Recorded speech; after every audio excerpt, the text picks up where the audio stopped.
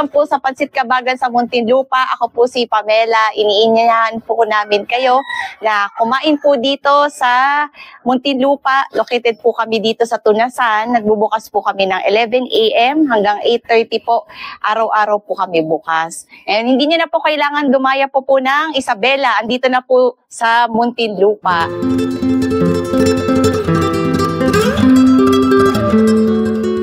Ang tinitinda po namin is yung specialty po ng Isabela Province.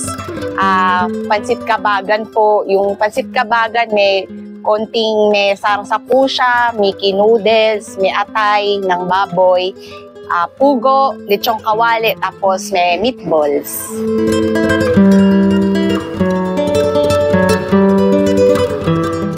Meron kaming 95, meron kaming 120, at meron kaming 139 pesos.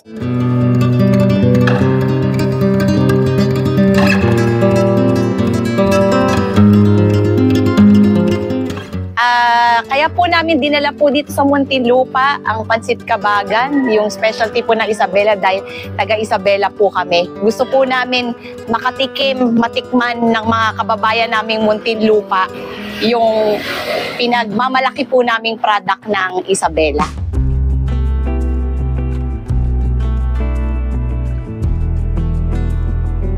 Iniimbitahan po namin kayo dito po sa aming munting pansiteria ng Pansit Kabagan.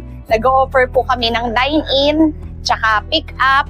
Tapos meron din po kaming limited parking space. Kung mag-order po kayo, sir and ma'am, waiting time lang po natin is 10 to 15 minutes. Po sa Bilao po, pwede po kayo mag-advance order, 30 to 45 minutes.